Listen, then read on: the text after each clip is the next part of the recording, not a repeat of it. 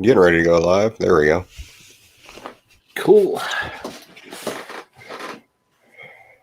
Let me double check my levels here. Just a second, see what's going on there.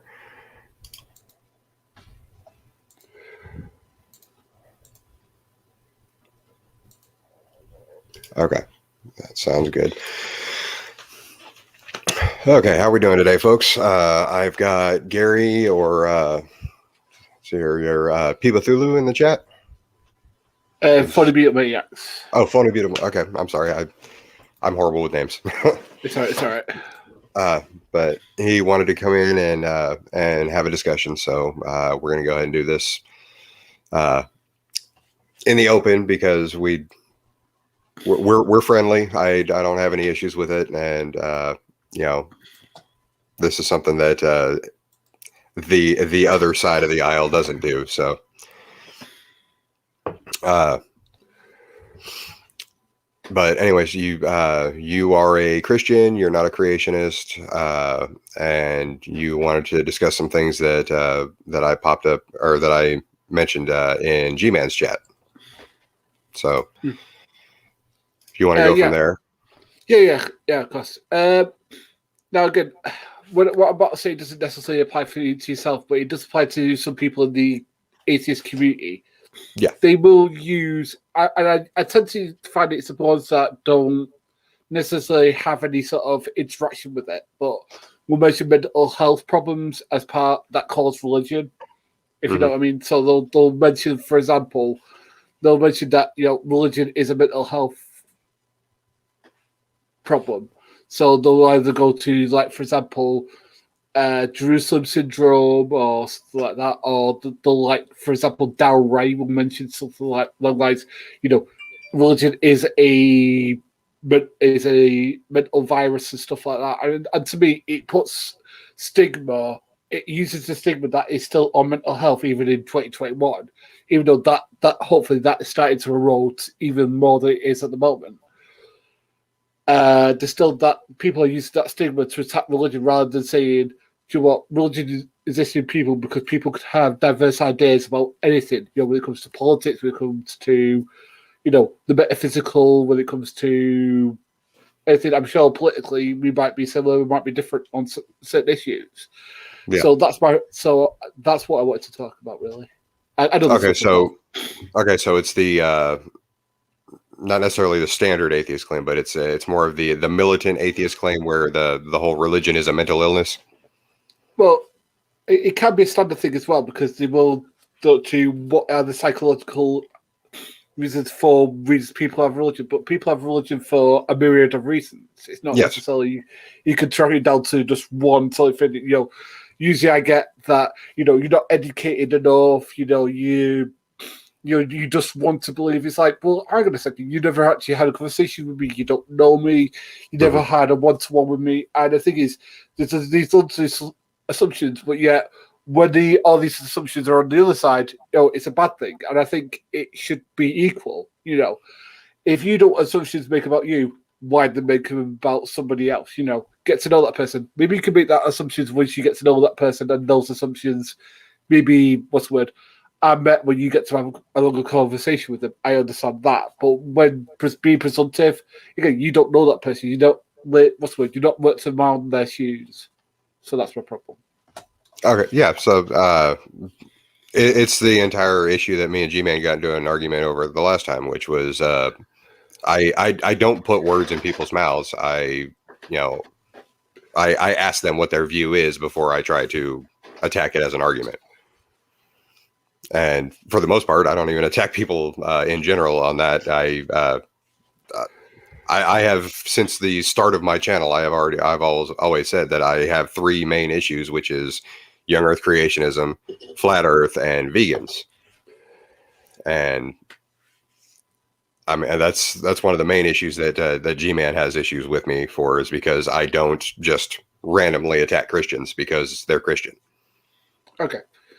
So that's fine. As I said, that was just one issue. But I do think that when it comes to atheists and Christians, we can be more understanding of each other, because I do think that I said because from what you were saying in your conversation, you said that you used to be a Baptist of some kind. If I get that incorrectly, please correct me. But you Yeah, said you were Southern Baptist. a Southern Baptist. So were Hmm. you a fundamentalist, or were you more moderate, or? No, the church that I went to specifically avoided the entire evolution argument. So I mean, it's there were people there that were creationists. There were people there that weren't. Okay, so would you consider yourself an anti-theist at all? Uh, Only in certain aspects. Like when it comes to young Earth creationism, I am an anti-theist because that is so easily disproven that there's no way that it could be true. Okay, Um, so but like so general what's your, Christianity, no, I just don't. I'm just an atheist. okay? So your problem is with younger creationism of flat Earth. Yes. So what's your problem with young Earth creationism? I mean, I'm not a young Earth creationist. I must ask Mhm. you. My entire issue with young Earth creationism is really boils down to the just flat out denial of reality. Okay, I but mean, they have to they have to deny so many fields of science to try and fit this. The Earth is 6,000 years old, and evolution isn't a thing and stuff like that. It just irritates me. okay, but a lot of I would argue that a lot of again, I'm not a Christian myself, but again, I know that there's some Christians who are older creationists. There are creationists. I mean, there's some people. In, I'm not one of them, but there's some people who could say that myself is an old Earth creationist. For example, I believe that God created the universe, so Hmm. so ergo, I'm an old Earth creationist. Now, I don't consider a creationist in that I don't believe that evolution happened; it did, but if they want to play semantic games, they could say that. But there are people who are creationists who believe that God didn't do this to do it over like 6,000 literal or 6 literal days or 7 literal days. Yeah. So, but Uh, still believe, which or I even worse, intelligent design advocates, like for example, like you Michael B. Hees and those sort of people. mhm. Now, I would disagree with those people, but again, they're not really stupid. I wouldn't call them stupid people, but they understand science as it is. They just don't agree with certain aspects of it. No, I mean, if we're talking mainstream, then I have issues with like Ken Ham and Kent Hovind because they just flat out reject science. But I mean, there are scientists that are old Earth creationists. I have no issues with them. Um, Specifically, when it comes to old Earth creationists, they understand the difference between evolution and cosmology, and I mean, they understand the difference between evolution and abiogenesis. Okay, which is something that young Earth creationists don't do. They, for the most part, uh, it's a slight generalization, but the ones that I argue with uniformly do it. Is they will try to lump abiogenesis, uh, what is it? The essentially planetary development and cosmology as a whole into evolution, and it's those are widely separate fields of study. You're not going to ask an evolutionary biologist how the universe formed. I mean, he's not going to know anything beyond the Planck time, which is just the layman understanding of it. Okay, well, So, as I said, I agree with you on that because again, as I said, I find what Ray Comfort and Kent Hovind do to be mhm. morally dishonest, but again, I don't feel the people that they feel to be dishonest, if that makes sense, because people can, especially if somebody's really charismatic, be taken in by something, especially if it's not something that's really taught at the high school level, Yeah. if you know what I mean. Uh, Because again, like a lot of people, I mean, for example, as I said, if you look at, for example, what Hoving teaches, he says that he was a science teacher for X number of years. I think it's like someone. I think he said like a decade. Now, Now, see that there is one issue right there. I'm sorry. I'm going to have to interrupt you on that. Now, like, do I believe that G-Man believes what he's saying? Yes, but people like Kent Hovind, who is who went to jail literally for 50 counts of fraud. I don't believe he thinks what he's saying is true. I honestly believe that he is a con man, and I believe that he's just using this as essentially a more convoluted used car salesman tactic. Oh, I wonder if he dropped. Did he drop out or okay? So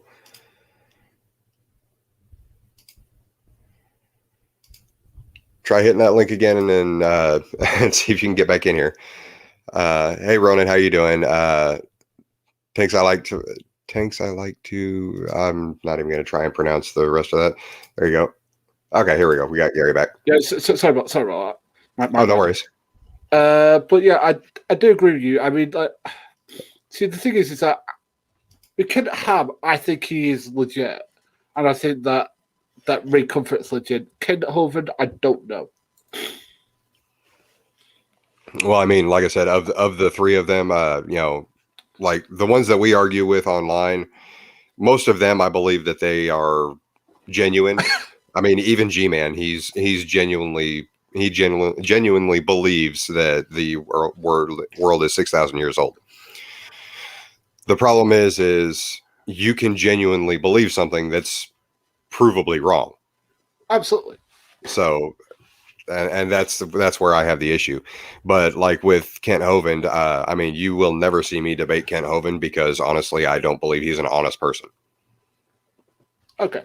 I mean, because it might be interesting to say, because as I said, like the thing that I get out of it is I get educated on these subjects because again, my science education at school was rubbish, and this is Munga's mighty. Well, that's what he claims. He claims numerous times that he was a science teacher for I think it's like 10 or 20 years or something like that. He wasn't. I think he was like a primary school teacher, and one of the things he taught was science. So I think. Yeah, he taught science. He taught science to homeschool kids in a church. That's not a high school science teacher. I mean, as I said, I have seen people take down his PhD, and I use the word PhD like loosely. Very. I've actually read his doctoral dissertation, and it was absolutely hilarious. I like the fact that he starts off, "Hello, my name is Kent." Is the first paragraph of it. Yeah. So. And it kind of like reads like a mix of a fifth grader's essay and an award acceptance speech.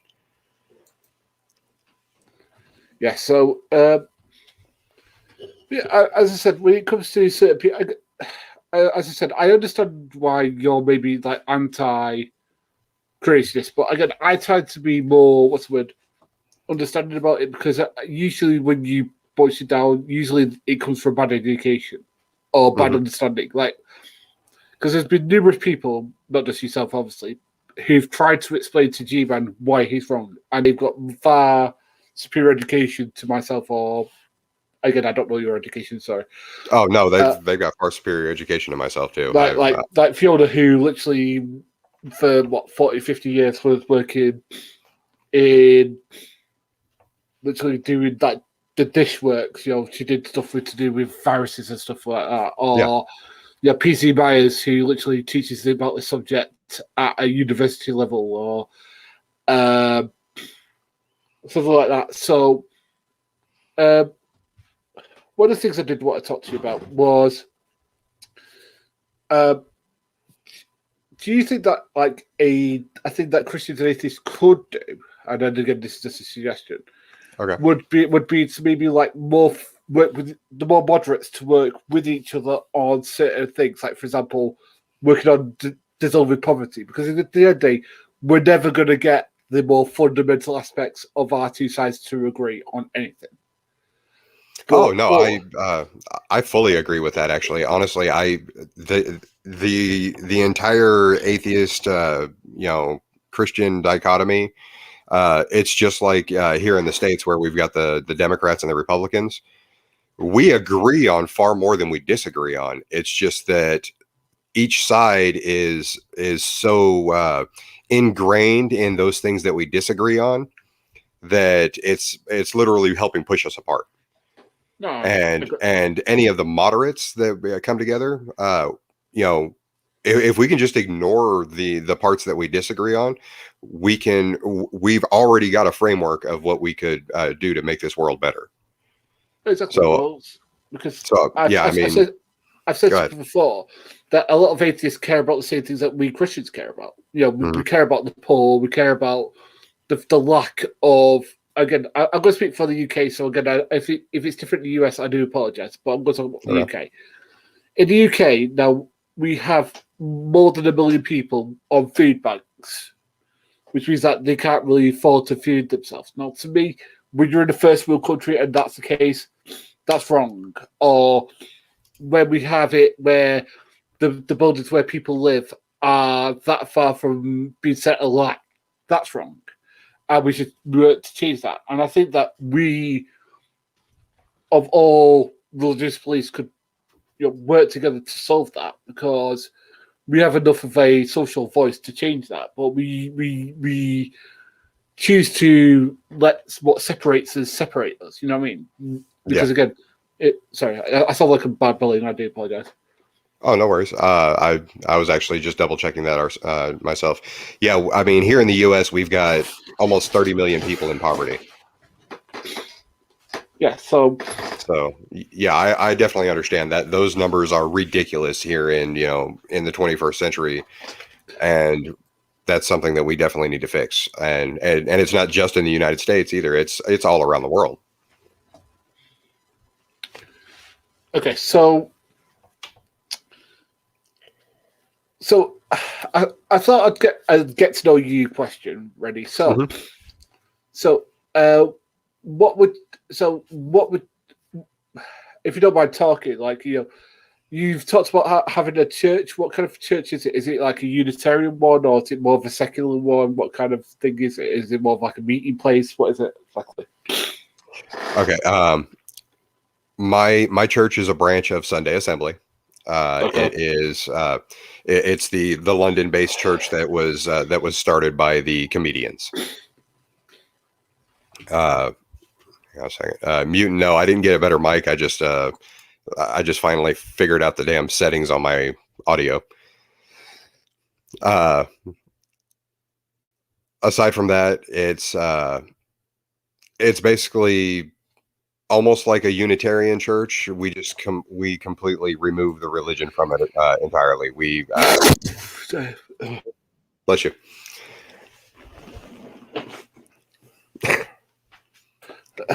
Sorry, my allergies picked up. Sorry, it's because it's spring this but yeah. So like, would you say that your church is mentally like anti-religion, or is it more pro all religions but without necessarily the God part of it? Yeah, it's literally just a community. We do have a few Christians that are in our congregation. I think there are barely 6 atheists in total right now, and the rest of them are either Wiccan or pagan, with the exception of one who is she calls herself a heathen, which she worships the Norse gods. Cool. So yeah, so like, if you don't mind talking about it, what was the pathway to your deconversion? If you don't mind giving, if you don't want to do that, sorry, that's fine. But that's fine. It's a fairly convoluted story, but when I moved out to Oklahoma, I was already I had just turned 11, and we had a couple of year break before my parents decided to try and get me back into church. So I turned around and stopped going to church. Well, buddy of mine who happened to live next door to me, apparently he got signed up for this First Baptist Church Sunday school thing, and he decided he wanted to take me with him. Well, we get there, and I mean, first thing is this: the bus that picks up the Sunday school kids was this like 50-year-old beat to hell school bus. Um, it looked like absolute shit, but we finally get there and everything, and apparently the bus beat the pastor there. Well, pastor pulls up in a Ferrari. Okay, so my mind immediately went, oh, okay, so it's this kind of church. Well, needless to say, we did the Sunday school thing, and we went back into for the I guess the main congregation, and I see the collection plate go around, and then I turn around and he's doing a sermon. He's about halfway through it, and then all of a sudden he stops and says that something along the lines of the collection take wasn't enough for the day, and then he starts back in on a sermon, and I see the collection plate go around again. And it's like, hold on a second. What? I mean, are we paying your car payment or what? Because I don't understand this. Well, needless to say, after that, I was pretty much done with Christianity, because it was like, okay, hold on, because this is just essentially a MLM screen, an MLM scheme or something like that, where these pastors are just trying to make money and they're spending as little as they can on the crappy building and their fossil of a bus, but yet they're going to be running around town in a Porsche or Ferrari, whatever it was. It was an expensive sports car. That's but yeah, it was just that irritated the hell out of me. I turned around and I ended up converting over to being a Wiccan for a while, and we actually did have an apothecary in our town for quite a few years.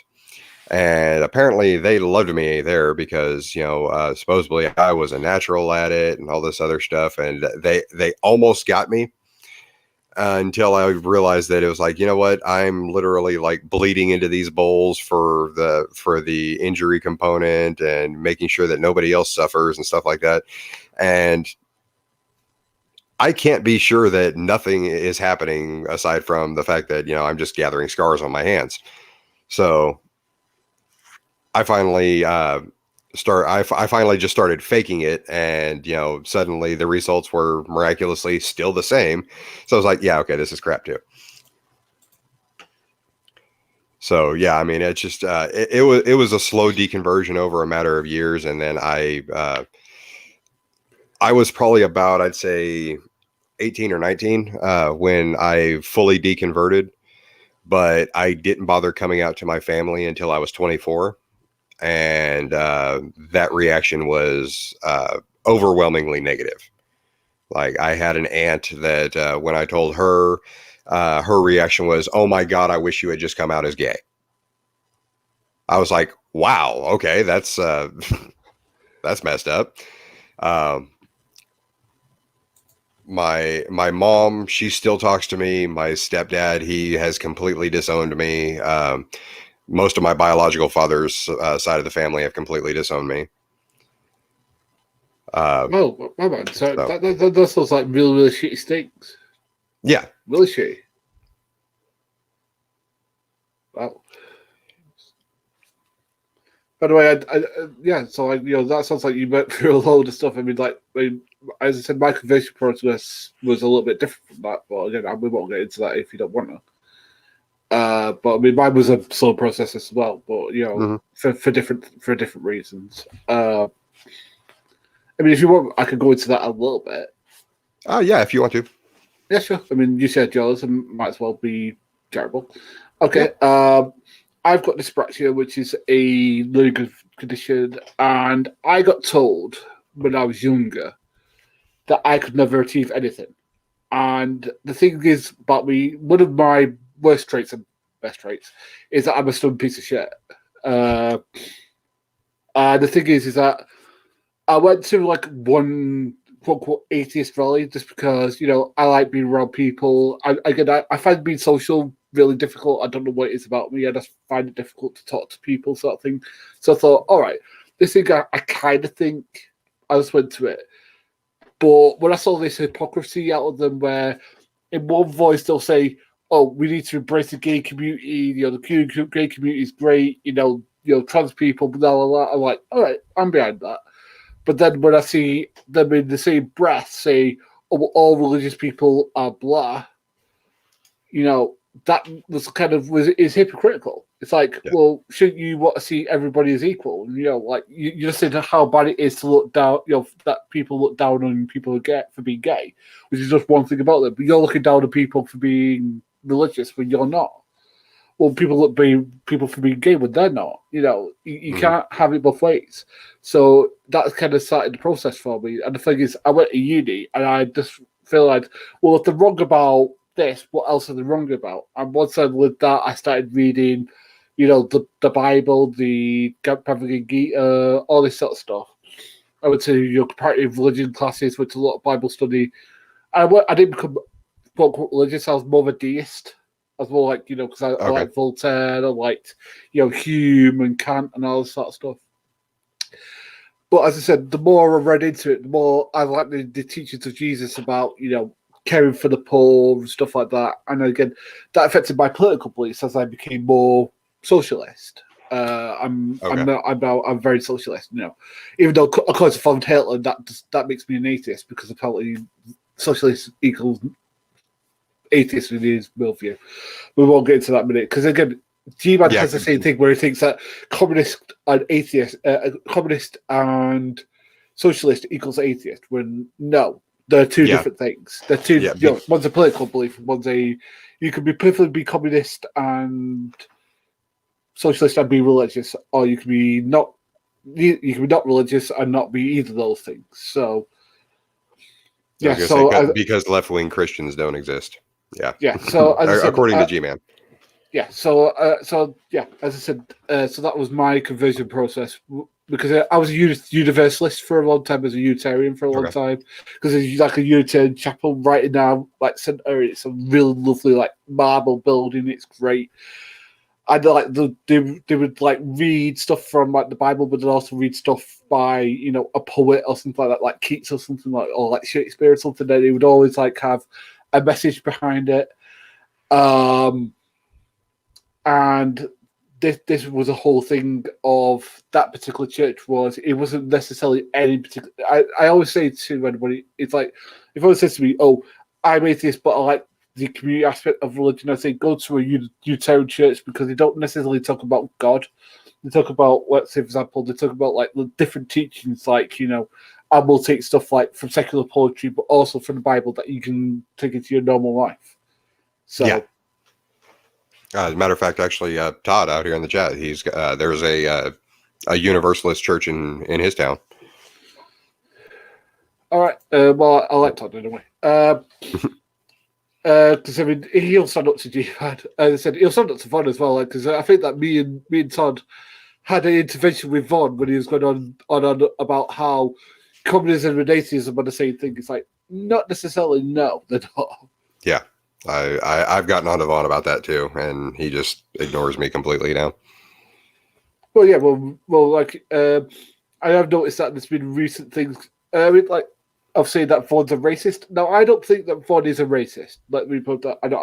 Maybe I'll get pushed back about that. I don't think he is, because for me, racism is about attitude, not necessarily the words you use. Because some words are just part of a cultural osmosis, for example, in my country, for people who were born in the 60s and 70s, there are terms now that are racial terms that they used just as part of common parlance. You know what I mean? It doesn't come with any sort of bigotry behind it, if you know what I mean. I don't know. Okay. You might disagree with that. I do disagree with that slightly. I don't think that Vaughn is racist because of the terminology he uses. I believe that he's racist for a myriad of other reasons.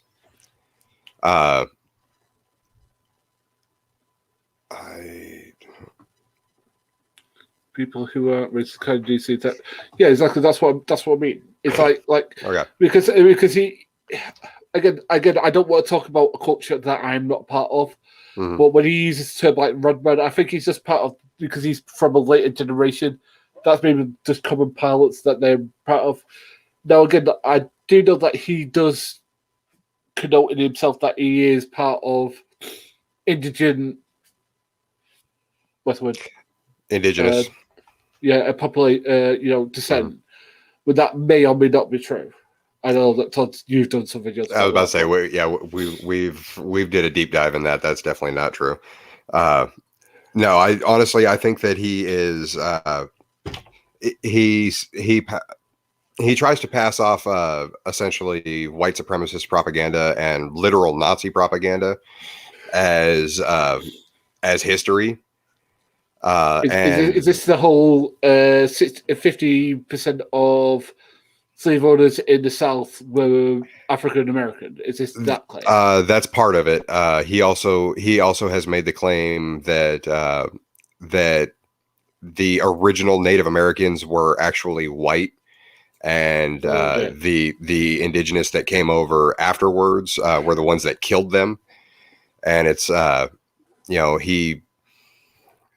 he unintentionally alludes to the fact that he is a Cherokee, which is one of the most popular tribes in the United States that were actually known for owning black slaves without realizing it.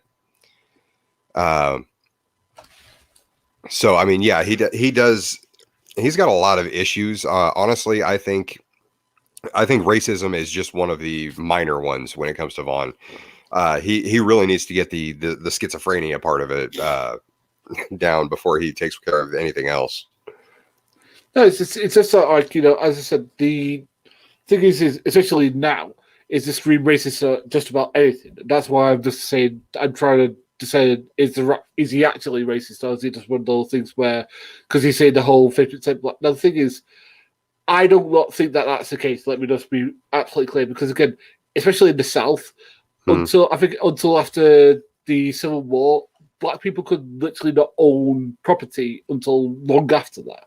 Yeah, I think it took a couple of the amendments. I think it's like, I was in the late 1800s, like 1890s, I think, until they could actually legally own properties in the South. So how could the old slave? A bit of a stretchy claim there, for what I want to say.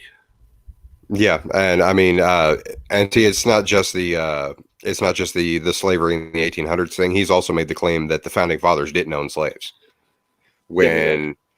when they did. They clearly did, and I mean, Jefferson's slaves ended up getting sold to other people. Washington's slaves, on the other hand, because I actually brought that up, that I was fact checking him live when that happened. Uh, but Washington, apparently, when he died, he let he passed his slaves to his wife, who was trying to figure out a way to legally set them free, because apparently it was illegal to set your slaves free back then. And it was like, okay, hold on a second, that right there is just ridiculous. I mean, that blew my mind when I saw that. And uh, just for Vaughn to just flat out deny something like that, it's like, I have issues with that. Okay. I'm trying to go to something that we disagree on, because again, I'm trying to think. Yeah, I'm going what Todd said. Yeah, like he's talked about, like, there's some picture that George Washington had with his slave in top hat and Oh, tail and yeah, stuff like that. yeah, yeah. Apparently, that one was supposedly not a slave because he was dressed in a top hat. That was ridiculous. That was the goofiest argument that he had that day. He does know that people lived in the house and would be dressed like that to make them presentable. They weren't necessarily not slave because of that. Yeah, in that So, term, they were also just decoration. They weren't, they were and trying so, to make them blend in with with the background of the house. uh, but Yada brings up something good right there. it's Racists just usually usually don't think they're Racists usually don't think racist. they're racist at all. They're considered free thinkers. Yeah, like in my country, as I said, I don't know how you know about Brexit. I don't know. This might turn off a lot of your viewers if we start talking about it, but there's been a lot of like closet racism that's come out over it because again, the thing is with Britain, it doesn't understand how much the immigrant population has provided to the UK and how much trade with the EU has that. So people been suggested that if we leave the EU, the immigrant population will go down. It will, but it'll have a negative effect. Yeah. So, I'm trying to think of something that we disagree on. I mean, I think the only thing we might disagree on is like maybe the divinity of Christ, maybe. Just thinking, but again, I'm pretty sure we would disagree on that. I don't. I still have issues believing that Christ was an individual. From everything that I've looked at, it's just been a collection of, there are a bunch of stories in the Bible that relate to Christ, but yet the census data shows that he was either born in like 6 BC or 4 AD. I mean, all the different stories they could have literally just been talking about 4 or 5 different Jewish rabbis, and just kind of like lumped them all in the same thing.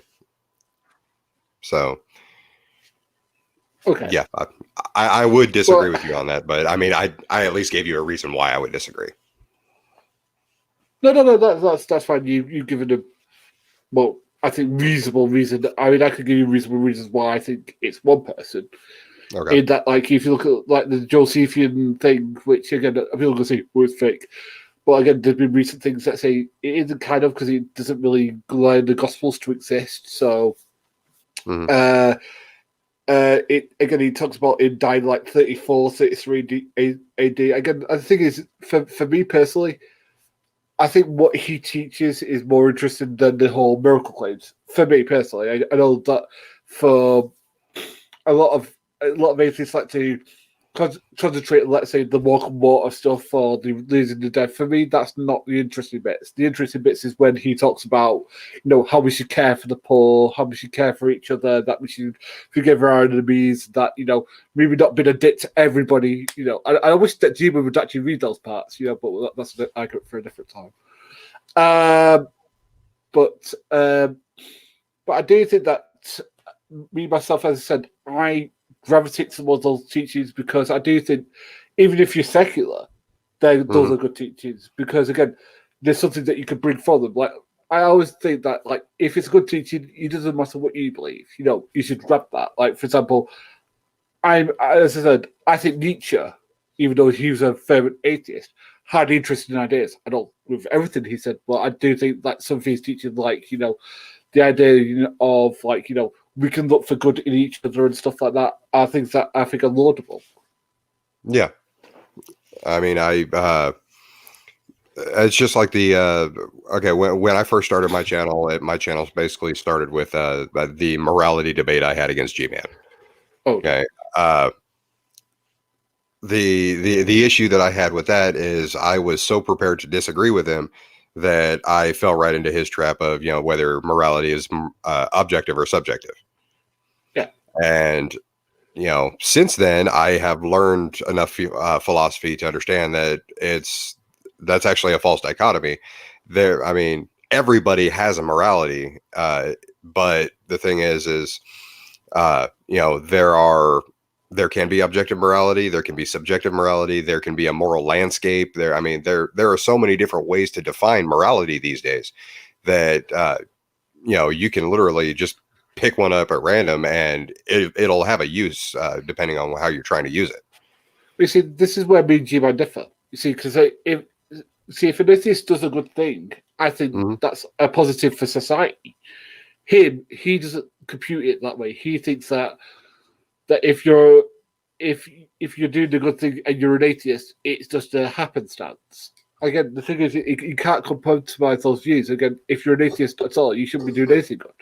If you go by his black and white version of the way he thinks things. Again, I try being more nuanced. That again, I recognise that again, an atheist could get their ethics. Again, there's one thing that I will disagree with atheists on is this idea of harm or benefit.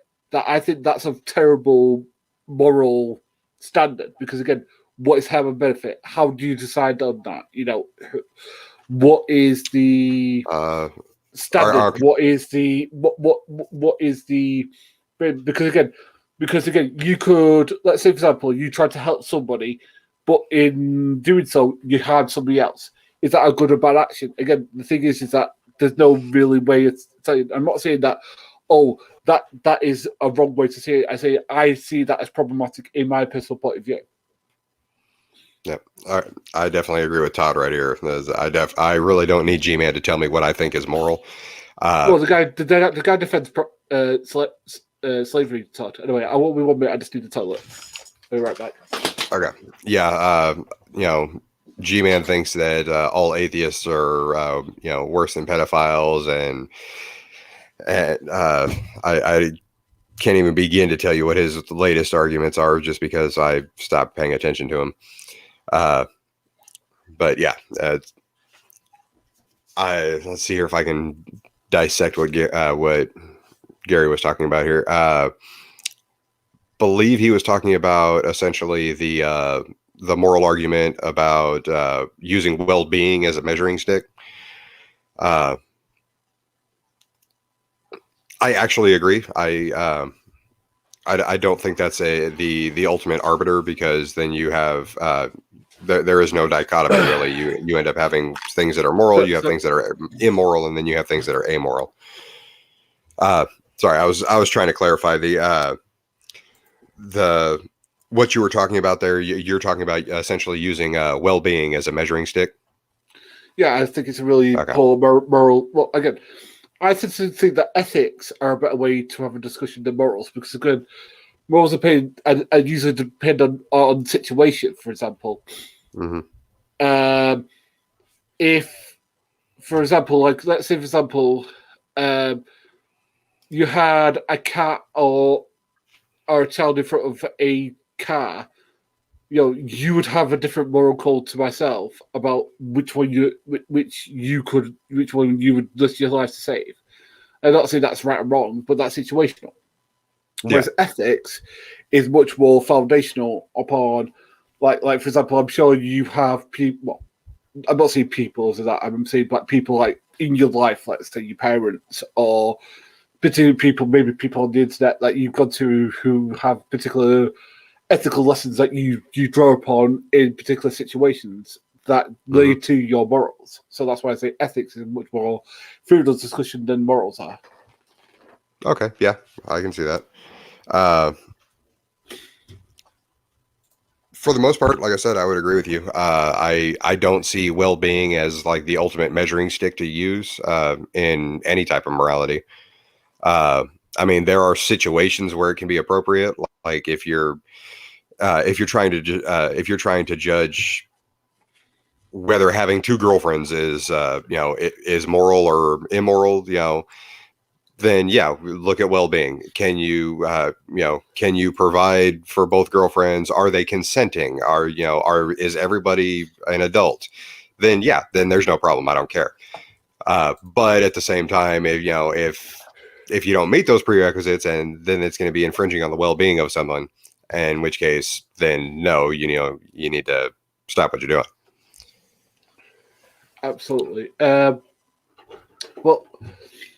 but I think that what we Christians try to do is try to take what Jesus taught, and because again, there's a lot of things that Jesus didn't teach, and this is something that I think that people like G-Man doesn't want to acknowledge, because again, and I've brought this up to him before. The stuff that Jesus didn't teach about that, again, that we can take, for example, secular ethics about, like for example, the idea of rape, because again, Jesus doesn't talk about rape, because the idea of quote unquote consent has been more of a modern idea. Well, I won't say modern, but like I'm saying like 1700s, because before then, I mean, actually, pretty recently, because I mean, I think it wasn't that long ago. I think it was like My Country or Yours, that raping your wife became a crime. Yeah, it was that was fairly recent. But yeah, I mean, there are a lot of things that I would consider immoral that only applies to humanity. I mean, like what you just said, raping your wife, that would be something that that would definitely only apply to humanity. Animals, they don't have the sapience to give consent. It's basically, well, I guess I'm in heat, so somebody's gonna, Get some. yeah. So somebody's gonna make me pregnant. I don't care who it is, or I guess I don't have a say on who it is. But Exactly. Like, right, for example, the recent things that happened with the murdering of a man. oh, sorry, No, it's all right. I saw. I another saw Blue it. Barrel joke. I saw it. Yeah. And by the way, like as I said, like I don't even know if he does that anymore because I do know that I think he's moved again. I don't know because he doesn't look like he's living in the same place that he was before. So I don't know if he's still selling bull barrels for a living. I don't know. No, he's doing some kind of odd job. I think the last thing that we've deduced was something along the lines of he's mopping up a laundromat. So, oh, that. But I'm not going to make that claim just because I don't know, and I don't care. How he gets his finances is his own business. I mean, he has claimed before that he does have some sort of college degree in nutrition, I think. I've heard that claim. I've also called out that claim because, yeah, he's wrong on way too many things to have a nutrition degree. He might have like one of those 4-hour class certification classes, but that's about it. All right, one of those that you pay like 250 quid and then you come up with a degree or something. Yeah, basically like something that you would do if you were working at home healthcare, where they'll just send you to class for the day instead of work, and you get this nice little certificate.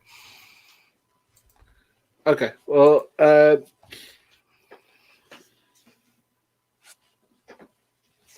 would say that for me myself, again, like I try to be more understanding of people because again, I think the thing is with atheists and Christians, there tends to be a lot of friction when it comes to silly stuff, and yeah, like for example, every year, like one of my favorite holidays, bar none, is Christmas. I love Christmas. I'm a Christmas freak, and every year for like a decade. I mean, it stops last decade, thank God.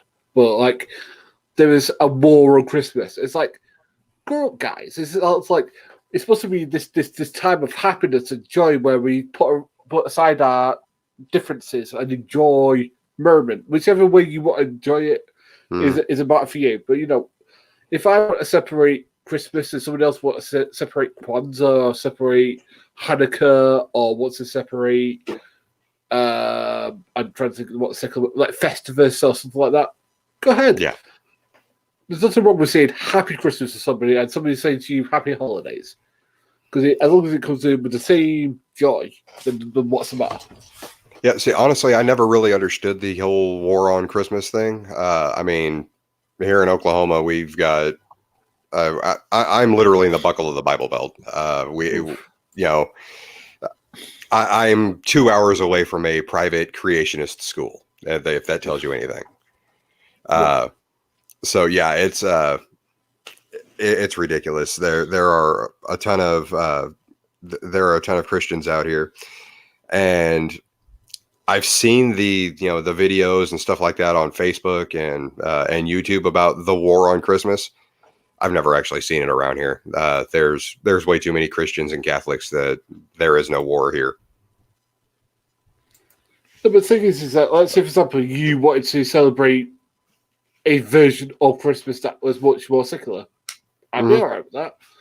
Because, again, as long as you're not trespassing on other people's rights to celebrate the holidays as well in the way that they want, go ahead. That's the way that I see it. And I think that I'm trying to think of something else we might disagree on. I'm trying to think. All right, what's your opinion on Dawkins? Dawkins, smart man, not very socially appropriate. I have issues with his I have issues with his speech at the Reason rally. I don't do the whole, mock them, ridicule them thing. And then I believe he just lost his Humanist of the Year award recently because of certain statements that he made. So, I mean, I don't think he should have lost that award because now essentially the I don't even remember the organization that did it, but they're using it as a American Humanist Association Foundation. I think if memory serves right. Yeah, but I think that they should have not worried about trying to revoke his reward or his award because he earned that thing like 20 years ago. Because now what they're doing is they're essentially using it as a type of like carrot. You can have this award provided you continue to agree with us for the rest of your life. And I don't see that as being any form of honest. Okay. I can tell you how I see it if you want. Go ahead. Like he has says things that I personally find really bad, like really, really bad. Mm-hmm. I think I'm speaking correctly when he said that a couple should have their Down syndrome child aborted, and he said that all Down syndrome kids should be aborted or something. And it was something like that, and it's like, really. And again, I read The God Delusion, and a lot of it was factually incorrect. I mean, we're not really talking about science. When he talks about science, he's bang on the money when he talks about science. Yeah. But when he talks about religion, he's kind of not right because I think he understands it to a point, and I think, and again, the person who gets it right is someone like, I don't know, I'm trying to think of something. Bart Ehrman, for example, he gets it right because he understands it from that point of view. You right? Yeah. Oh, okay. Yeah. The aborting a baby with Down syndrome. Yeah. You just googled what I just quoted. Yeah, I'm just double checking. It's in the Guardian or something, I think. Oh, yeah. See, I mean, he got all kinds of flack for that. Oh yeah.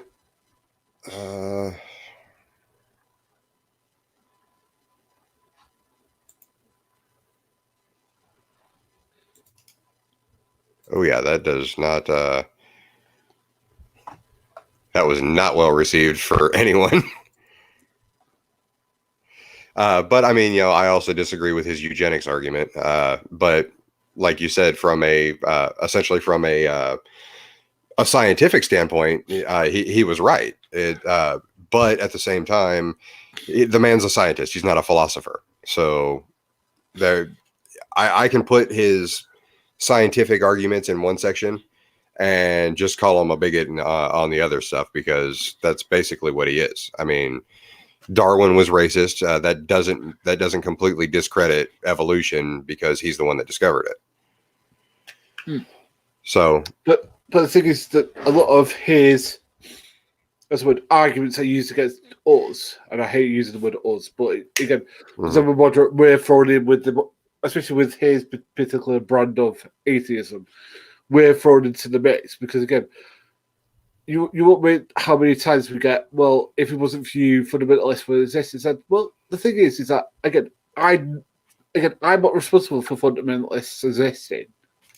Sorry, I'm not. As I said, neither are you responsible for someone who's a fundamentalist atheist existing. Again, like I'm responsible for me existing, and the thing is, and I think the problem with something like that is the God Delusion, for example, has problems in it that are nothing to do with his scientific arguments, and to do with the religious-based stuff, which are inaccurate. And I don't think there's anything wrong with just saying, hey, you got things wrong here. You might want to think about revising that, and people don't point their fingers in it. Because if I tell you got an argument wrong, that doesn't mean that I think that atheists are quote-unquote wrong. That means that you got an argument incorrect. Think about changing it. Yeah, and say Yeah. that's something that I've said since one of my first videos is basically, hey, if you think I'm incorrect about something, just show me why I'm incorrect, and I will change my line of thinking. Okay. And I understand Dawkins is a little bit more stubborn than I am, but like, okay, so we've got one of the bad ones out of the way. How do you feel about someone like Christopher Hitchens? Uh, he was a very intelligent man, very good, very very acerbic, but he was a Mhm. journalist, so I don't think his facts were necessary. Of the four horsemen, I hate using that term, but I think Dennett was the best one because I actually read his book and he seemed more intelligent than all of them. Because Sam Harris, I don't know, Sam Harris seems to have been a bit of a Islamophobe for my tastes. Yeah, And people go say, "Oh, you're Islamophobe." Yeah, because I'm sorry, like when you repeat stuff by the sun, which would be for me, and trying to find it would be like me if I repeat something from Fox News. yeah, It's like literally the sun is literally like I've written media's Fox News. It hmm literally is. We'll take the worst aspects of something and they don't like literally like as I said like there's entire parts of the country that will not buy the sun because of the negative way that they've done things in the past. So, yeah. but That again, makes sense. if you ask me about particular Christian what's the word Christian apologists, I can tell you what I think about them. Like for example, so like Peter Popoff is a scumbag and he's a what's the word? I'm trying to think of a nice way to say it. That's not going to get me sued. I You scum. can leave it right there at scumbag. Well, I was going to say the word. Takes advantage of people. Flaming huckster, stakeholder salesman. Ah, Uh, snake oil salesman is one of my favorites, actually. like trying to think of some others. Like I think Will Wade Craig, while he's intelligent in some ways, I think sometimes he can be a bit of a prick Yeah, when it comes to certain groups. Atheist being one of them. I'm trying to think of a really bad one. As I said, Hollywood and Ham, I have zero respect for because I think that they legitimately are promoting anti-science. Now, again, I don't have anything wrong with saying I believe in God and I think that science puts that way. There's nothing wrong with that. But when you're arguing against actual scientific fact, like documented scientific facts, like for example, like evolution theory or the common descent or speciation or anything like that, hmm you're doing kids a disservice because again, you're turning a science debate into a religious debate, and the two are two separate things. exactly. And that's actually one of the reasons why I don't really have an issue with old Earth creationists. It's because pretty much anything after abiogenesis, we agree on. We evolution, the age of the Earth, you know, the scientific method, radiometric dating of rocks and stuff like that. We agree on all of that. The issue that we disagree on is what caused abiogenesis, essentially. Yeah, So, I mean, if we can agree all the way back to 4.5 billion years ago, there's no point in just trying to grasp at straws and saying, "Well, we disagree on this." So, all right. So, as I said before, this is the reason that I get on Jiva because his understanding of evolution is. Has he ever shown you the book that he has on it? yes, I've seen some of the books that he's thrown around. Like he's got a book that I think is like a kid's book for bird evolution or something like that, and Mhm. even with reading that, he doesn't understand it. I mean, like, I mean, I don't know how far you go back, how long you've been on YouTube. I have been on. I've been on YouTube since about 2018. I started this channel. I think it was October of 2019. Okay, so anyway, he went to the Natural History Museum in New York with Yeah. a load of people who know about this subject. He Mhm. went with Dragnaut, who I think is like some sort of like I'm not sure what branch of science he does, but I know he does something to do with the lab. I'm not quite sure what he does. I believe he's a chemical biologist or something like that. Yeah. He went with Fiona, who literally did, bacterial biology and all this sort of stuff, and they're literally going through the stuff with him, and he's still going away with, well, evolution teaches this when he doesn't. It's just like Erica, who is like the loveliest person on the planet Earth, has tried to explain this to him, and she even can't get through. So I'm to the point that this guy doesn't want to learn.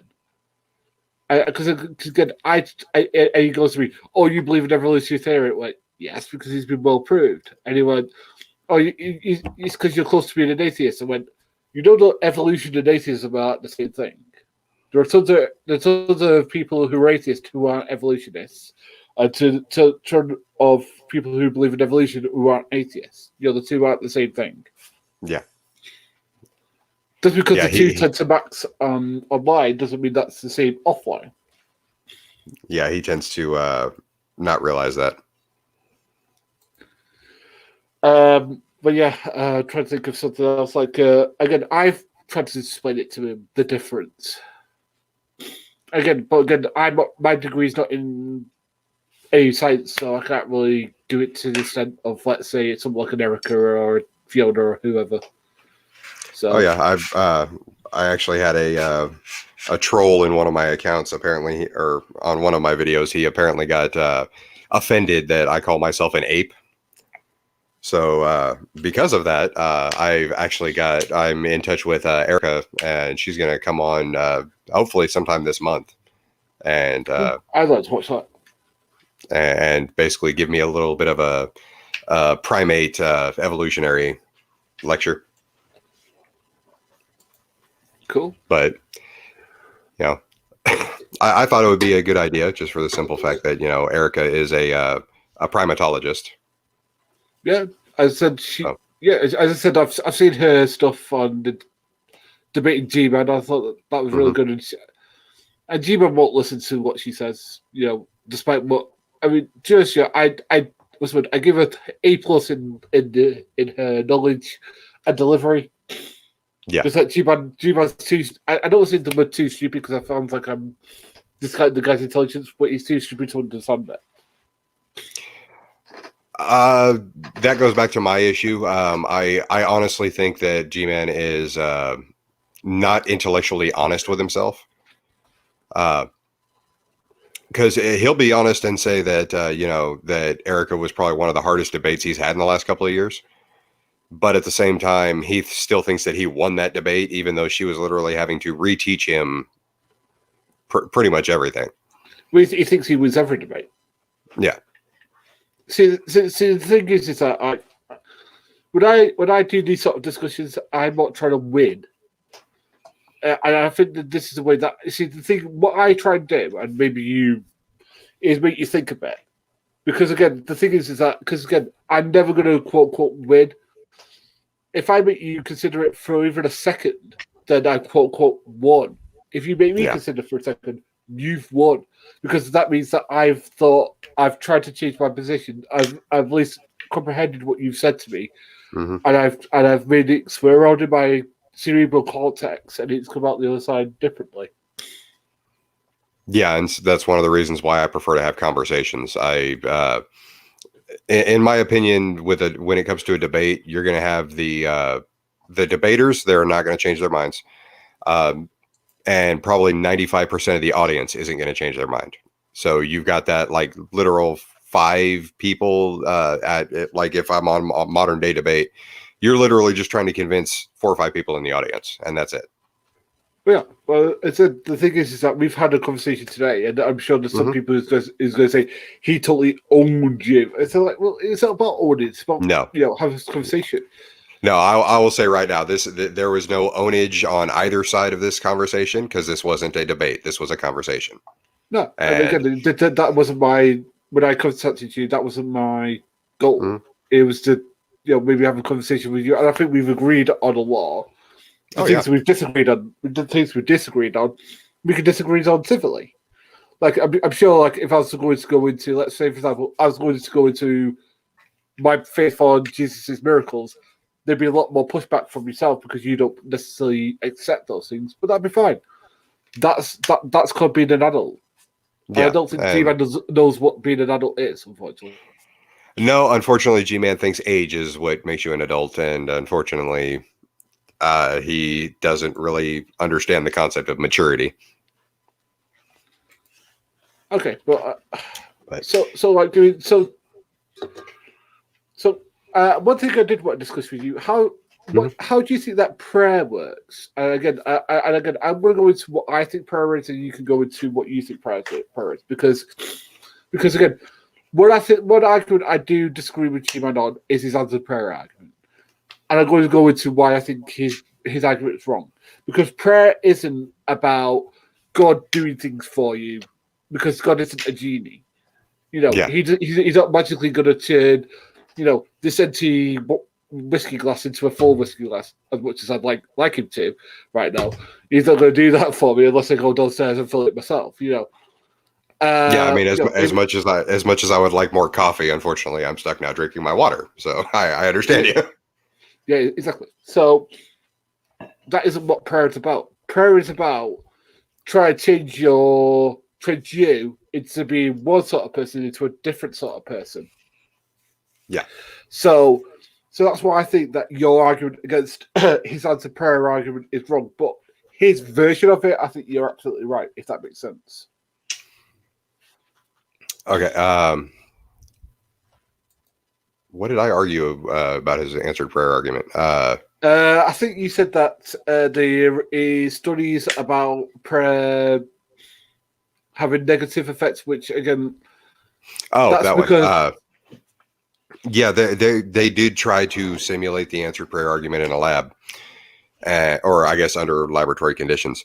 The thing is they did it. I think there was a control group, and then they had like 3 different actual test groups. And what they concluded was the fact that there's really, it's still up to chance either way. But the results, it was still within the margin of error, but there was, the results were still actually slightly skewed in the fact that the people that were aware that people were praying for them actually did worse. But I mean, like I said, it was still within the margin of error.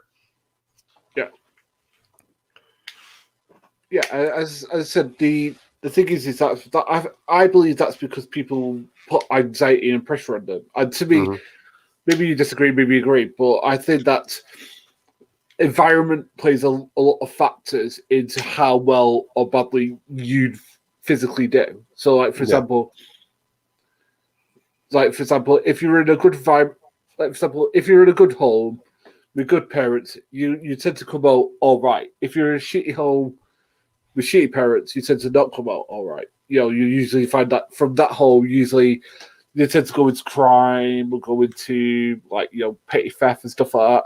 Whereas the good home, usually not. Now there could be there could be that odd one that gets out of that, and applauds to both of the applauds to the guy who gets out of the bad shitty environment.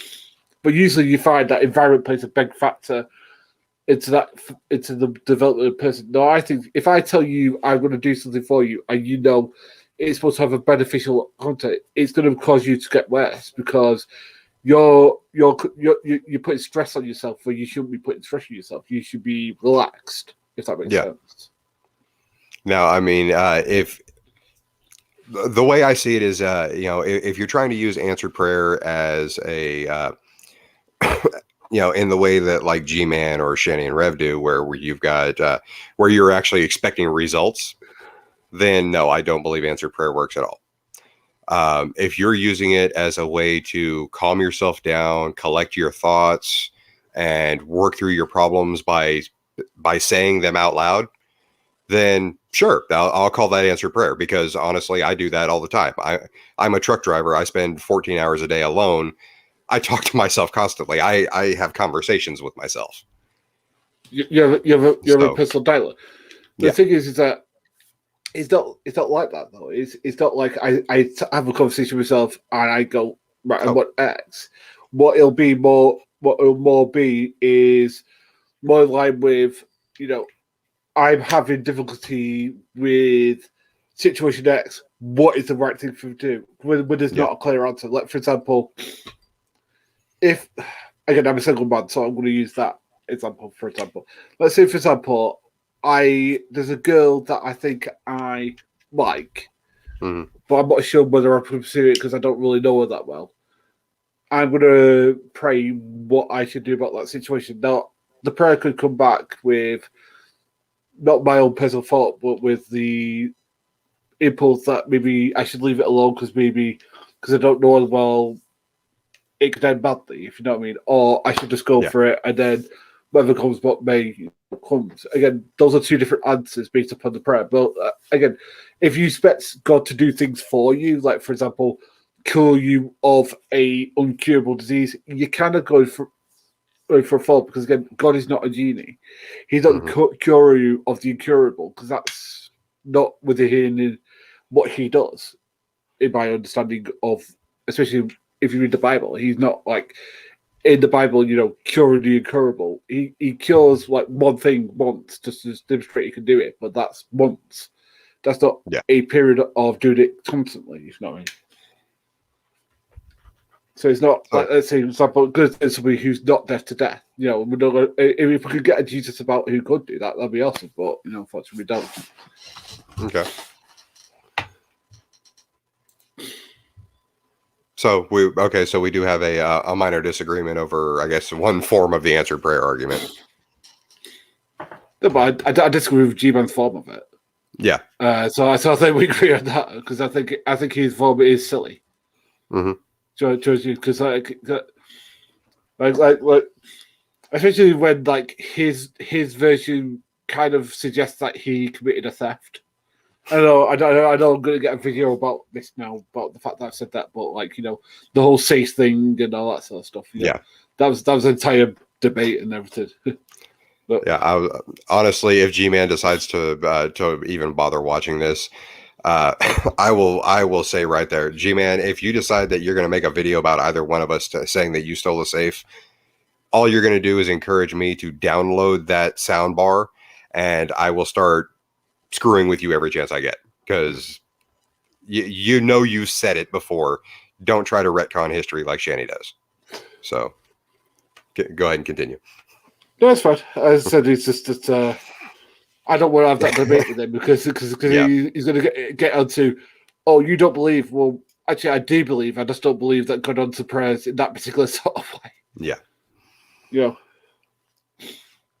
He doesn't like, he's not a genie. He's not trying to solve your problems for you. He's trying to give you the ammunition to solve the problems for yourself, if you know what I mean. He's the one holding you. He's the one holding the ammunition. He's not the one loading the gun for you and firing it. Oh, I agree. That's the way that I look at it. But I know that we probably have a disagreement about that. But well, I mean, just like I said, if you're expecting results, then you're not going to get them with answered prayer. So if you're just using it to essentially help your inner dialogue, or you're subconsciously guiding yourself, then I guess you could say answered prayer works, because I do that all the time. So I mean, it's that simple. I wouldn't say it's in a dialogue, because again, my inner dialogue works a lot. Because again, I have a lot of doubt and self-thought about myself. So usually, if I have that, I'll pray and usually I'll get an answer. And usually it's not a clear answer. Usually it's like if you think it's right, go for it. So that's usually what I do. So. Oh, there you go. God doesn't heal tragedy and hates figs. I think the fig tree wasn't about him hating figs. I think it was about bad trees giving bad fruit. Because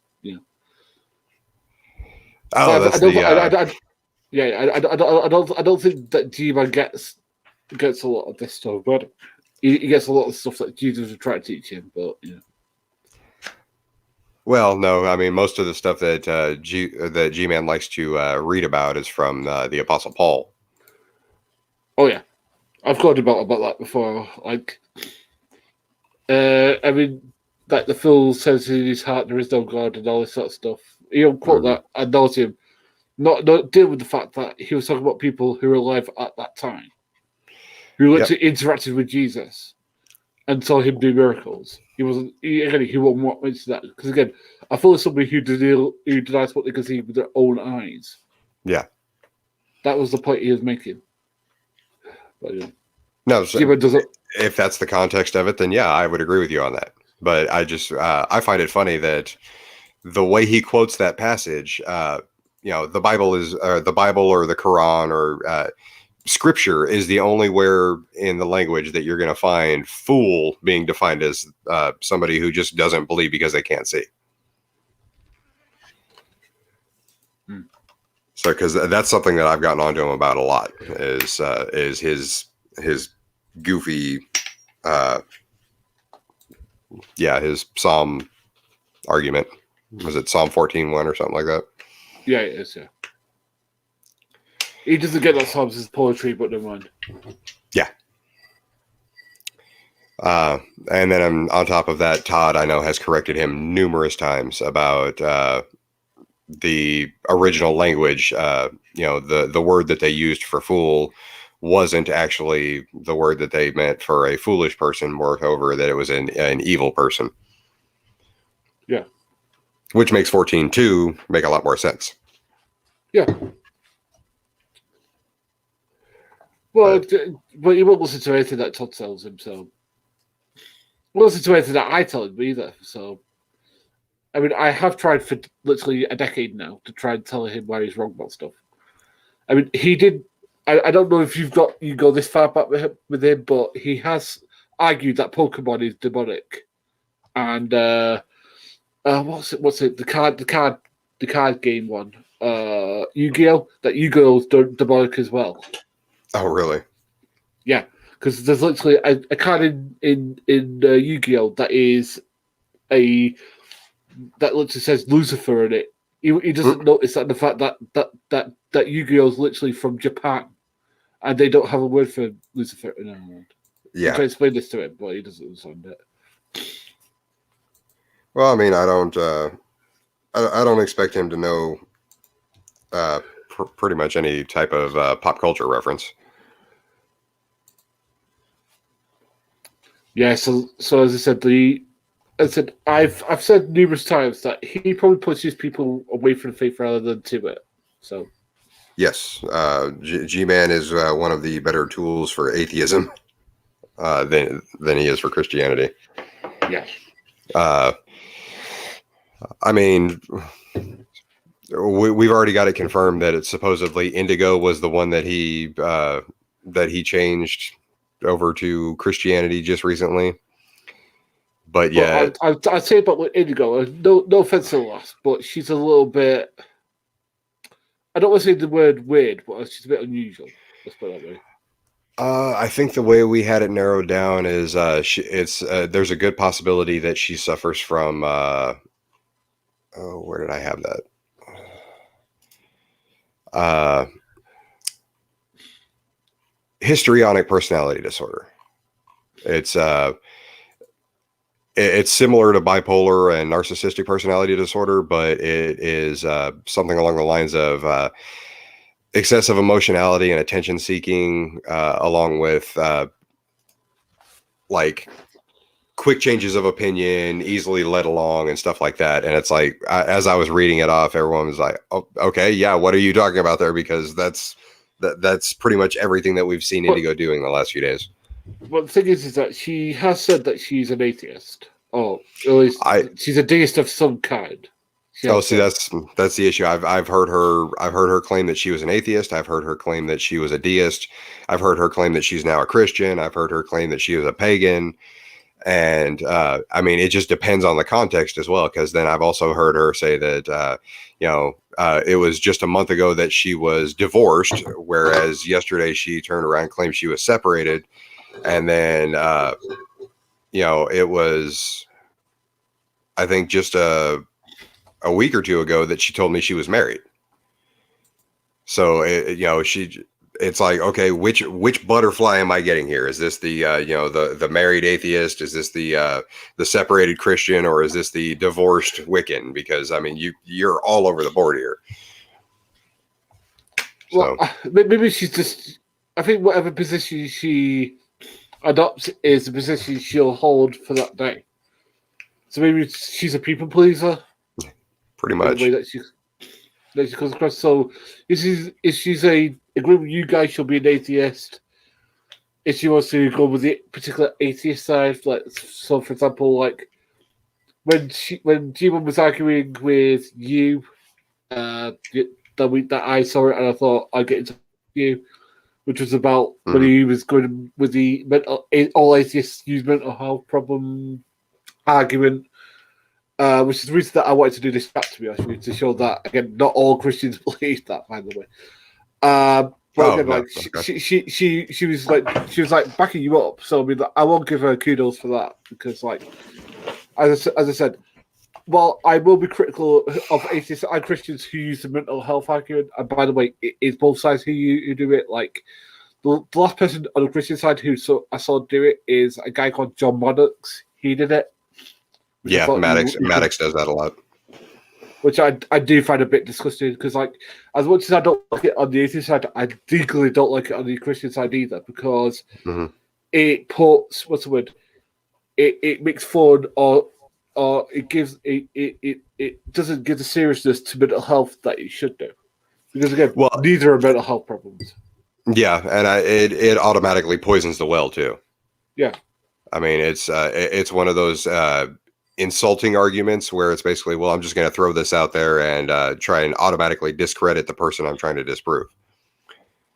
And I know Maddox, he does that. Maddox is notorious for doing that, as is G-Man, and even Veckel and True Empiricism are doing that now. So, True was doing that when he was on, but yeah. So I said, like, you know, so when he had that argument with you, and you were getting more and more upset because the thing is that because if someone says atheist, whether you like it or not, that appeals to you. Yes. Applies to you. So, I mean, that's why when I did the comments, I was like, well, you know, I'll bring up the fact that there are some atheists who do that. And you said, yeah, and you were very, what's the word, forthcoming with, yeah, there are. And I said, well, there are the Christians who do it who I equally will disavow. I said, I've seen rank again, when I was making videos, I don't really do that many anymore. I used to do those anti-Christian / atheist videos because, again, for me, mental health problems have nothing to do with what religion or non you have. Yeah. Usually. I mean, sometimes there are certain ones which will allow certain mental health problems to get worse, but usually they're not caused by having mental health problems. Usually. Usually that comes from education or it comes from the person's personality. Like, as I said, I was having this conversation now.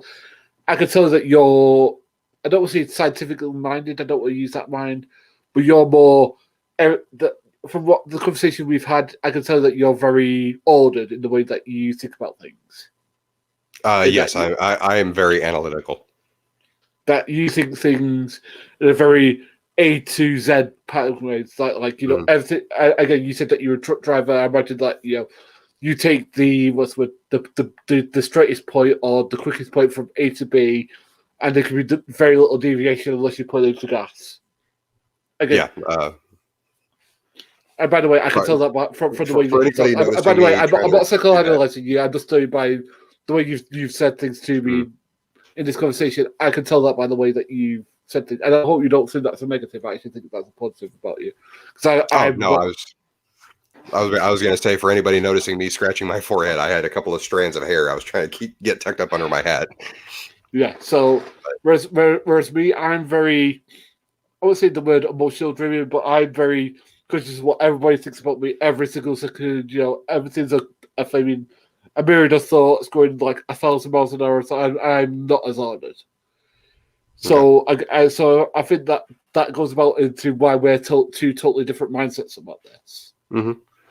Doesn't mean that I think you're a bad person at all. Because actually, I it's something that I actually wish I had myself. Because again, I wish I was more ordered in my life. But unfortunately, I have what I have. But with her, as I said, she'll. I noticed that, as I said, I don't know if it's a people pleaser thing, or it's just that she'll go with the flow of what she thinks that people want to hear. You know what I mean? So I don't know if it's on purpose or if it's a mental problem, as you were saying. Yeah, I mean, we were just doing that for fun. I mean, obviously, none of us are professional psychologists or anything like that. It's just every now and then it is kind of fun to slightly psychoanalyze somebody. I mean, that's just like the whole thing about me saying that Vaughn is schizophrenic. That's not me psychoanalyzing him. That's actually something that we pulled off of him reading off the CPS report. Because according to the CPS report that he read on his stream, I believe the quote was, the father is an admitted schizophrenic. So, that's not my claim. That's CPS's claim. All right, so I'm going to ask a question now, and it might seem a bit impressed, but what is up with US flaming child protective services that a guy takes his kids taken away 12 times and none of it's permanent? Okay. From what I understand, I have done some research because I'm actually doing a deep dive into Vaughn right now. Just to throw it out there, the thing that I actually started with was his claim about Stephen K. Hayes and being a ninja. I literally got off the phone with Stephen K. Hayes about 3 hours ago, and this man has never heard of Vaughn. He has never heard of James Paul Helton. He has never heard of Irvin Paul Helton. And I do not have permission to release that recording because Stephen K. Hayes wants nothing to do with him. So I'm going to respect his privacy on that one, but I can very easily just say, Vaughn, I've got you on that one because you're full of garbage. But as per CPS, Vaughn lives in one of the poorest counties in the nation. There are literally 2 social workers that work in his county, and the judge is one of those judges that would rather see a family stay together. That's fair enough. So I'm really hoping that the 12th time's a charm in this situation, where the judge is basically, you know what, fine, just get it out of my jurisdiction because I don't want to have to deal with it at all anymore. Yeah, because the thing is that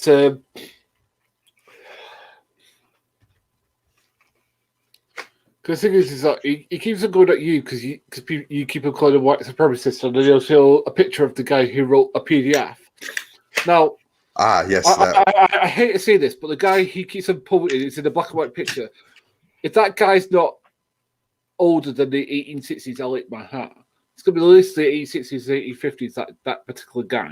How could he have written a PDF when a PDF wasn't probably a thing when he was alive? Well, okay, the PDF in question is actually just a copy of a book that was written in 1830. The thing is the man that Vaughn likes to picture is not a white supremacist. He was a census worker. Okay, the book that PDF that involves that PDF does not claim what Vaughn is trying to make it claim. It's literally a list of black slave owners. The problem is that list also includes slaves that bought their own freedom and then bought their families. It's really weird. He's got this narrative in his head, and he was literally just finding random book titles and stuff like that. And he was trying to use those as his evidence, thinking that nobody would ever bother actually reading them. And the thing is I saw the title of that PDF. I actually downloaded a copy of it. So I've read that PDF.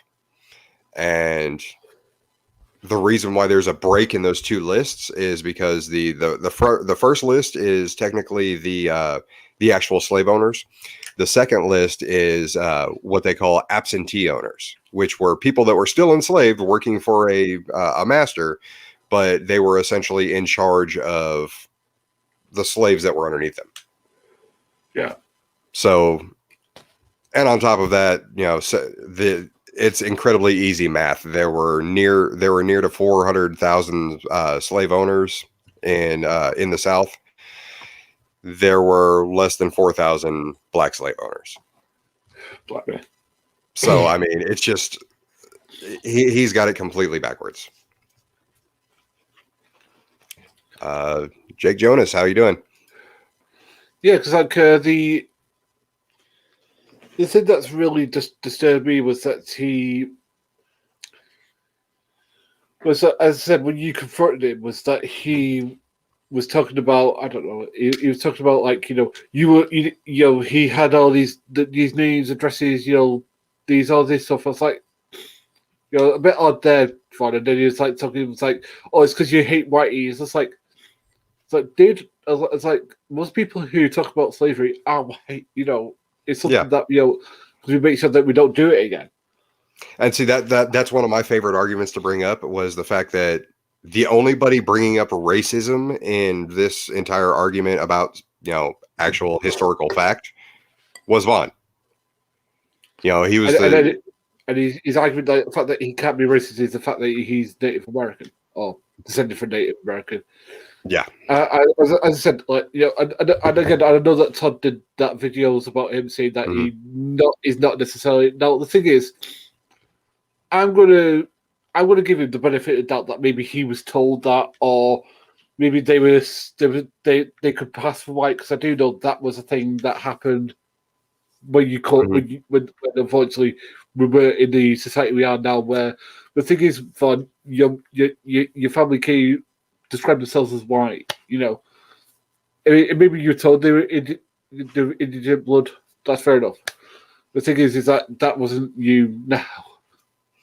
No, and on top of that, he's also claiming to be a member of a tribe that has zero presence in Kentucky or Ohio.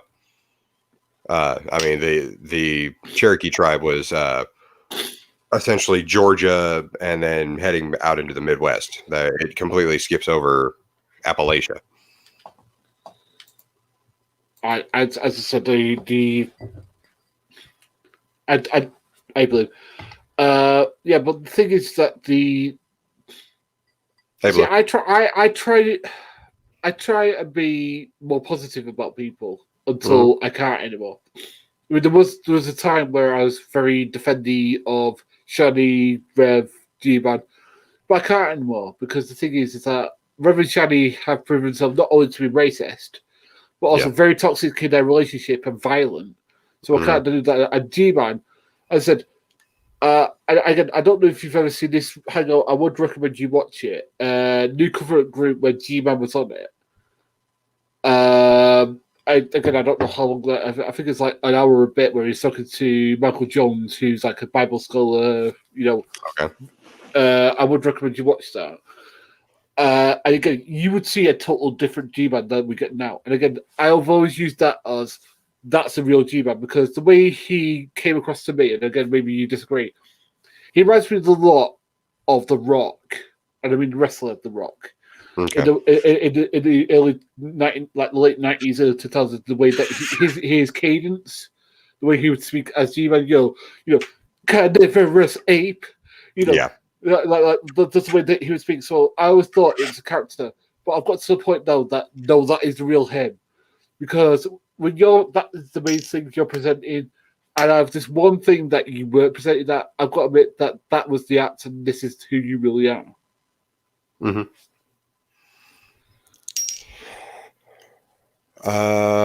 Yeah, then that's one of the reasons right there. For Todd here, Vaughn specifically said that his maternal grandmother was 100% Cherokee. That's one of the reasons why I'm calling him flat out a liar on that. Vaughn said, "Why defend that?" I'm not defending that. I'm just saying that, like, he's one of those things, because, like, so, as you can tell by my appearance, and I get a lot of, am I Jewish? Am I Greek? Am I Yiddish? Mm-hmm. I get that question quite a lot. I mean, I know those things, but I do get that I ask that question a lot. The thing is that one side I don't really know about, which is my dad's side, which is like we know they're Irish at one point, but my mum's side is Scottish, so. The thing is, Todd. The thing is, Todd, is that like it could be one of those things where he was told that, and he hasn't really done a deep dive into his heritage. Again, that's the reason that again I'm willing to give him a slight pass, not a massive pass, but a slight pass. Well, the last message that I sent him on Facebook that got me blocked was offering to buy him a 23andMe test. Oh, is that one of those ancestry tests which is your blood, isn't it? No, it's basically you spit in a tube and then mail it back, and they tell you what your DNA ancestry is. But the simple fact that it got me blocked because I offered to buy a test and send it to him, it was like, okay, so yeah, you're completely disingenuous and you know it much more, but now you're just going to turn around and go, no, you're afraid of being proven wrong. Gary, with our Jewish pet he grew up with, has been told that he knows she wasn't native, so he lied his ass off. Is what you're telling me? Yeah. So therefore, he's a bullshitter. Fair enough. I mean, I was willing to give him a pass that maybe it's just one of those things he was told, but the fact that he grew up there, yeah, that's a bit rough. Yeah. I mean, I was willing to entertain some of Vaughn's ideas, but just the direction that he's taken recently, that's the reason why I'm doing a deep dive. I'm going all the way back to the Karate Kyle stuff, and I'm calling out everything that I can. Well, I think that Todd's family, he does have some indigent blood in him, so I think that's the reason that he's passionate about it. I think. Yes, so, Todd is very passionate about it. He is a card-carrying member of, I believe it was the Ponca tribe. Yep, there it is. So yeah, I understand why you're passionate about it. Trust me. As I said, I do get a lot of people thinking that I'm either Greek, Jewish. I get compared to David Dill a lot because we have the similar sort of hair, similar sort of face. But I'm Scots Irish. If you actually want to know my lineage, well, as far as I know, that's my lineage anyway. I'm hopefully going to have mine in a week. I actually just threw mine in the mail today. Yeah, because there's things you can do for it now, isn't it? Is that literally the one you were talking about where you spit the thing and you send it off? Yeah. Okay, I might have to do that myself. Because I know personally I'm 25% Puerto Rican, but I actually tracked down the history of my of the Puerto Rican last name, and it was a Spanish last name, but the man in question was a conquistador who bred with the natives on the island. So there's a more than, especially with my grandfather as dark as he was, there's a more than good chance that there are, or that I've got a little bit of Spaniard, a little bit of indigenous, and even a little bit of African in me, just because of that. Okay. That's cool. I said, like, again, I see. I try and give people the benefit of the doubt usually when it comes to stuff like that, because again, there's always a lot. There's a line about there's always like what's what old wives' tales in families about some person who had an affair with all right, like for example, I've heard stories about like some family member being told for years that they're the love child of Teddy Roosevelt or something like that, or like I need to know it wasn't true. It was just somebody who said they were Teddy Roosevelt. To see something that was minimum compared to what Vaughn doing. Yeah. So that's the reason I was willing to give him the benefit that well, because he does use the term red man. Now the thing is, I would think that would be a racial slur, wouldn't it? Like, I mean, isn't that the sort of thing that like people of Indian descent wouldn't use about themselves? I mean, yeah, the term red man, it's it's definitely it would definitely be considered a racial slur, especially if you are Native American. That was one thing that me, Todd, and Bart Toast were talking about is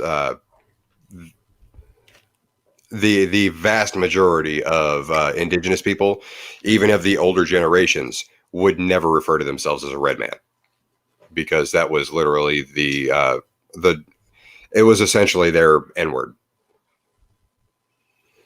Yeah, so why does he use it if he's from indigenous population? Wouldn't he understand that or know about it, or be really sensitive to that if he is of that? Like as I said, I know people who were like 1/4 African American, from Jamaica or something like that, because Mm-hmm.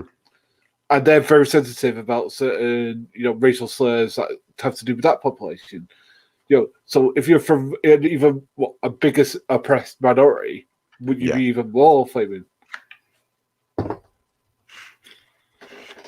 He propagates false beliefs about native people. Well, I do know Yeah. that I do know that he's talked about reservations, and I think you've said before, Todd, that he gets it wrong. But again, I don't know. I'm not knowledgeable about those subjects to talk about it. So, Well, yeah, he believes that you can't fly a plane over native lands. I think there was something in there with taxes regarding that at one point. I don't know that a lot of the stuff that he claims is either wildly inaccurate or just flat out made up on the spot.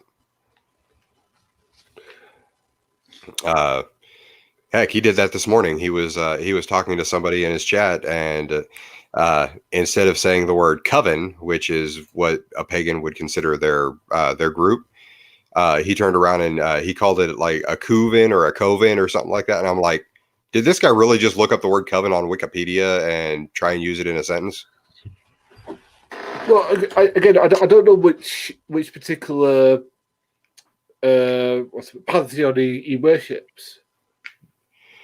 I've heard him claim that his gods were unnamed. I've heard him claim that he worships Baal. I I mean, it's weird because for the most part he claims they're unnamed, but then he'll start naming them, which I find hilarious. Well, if you're a pagan, usually you know which pantheon you worship. Yeah. Usually 9 times out of 10. I mean, unless you're somebody who maybe is more what's the word worships the earth. You're like part of like I do know there's like one where pagan something like industrial, but at least they have like what's the word.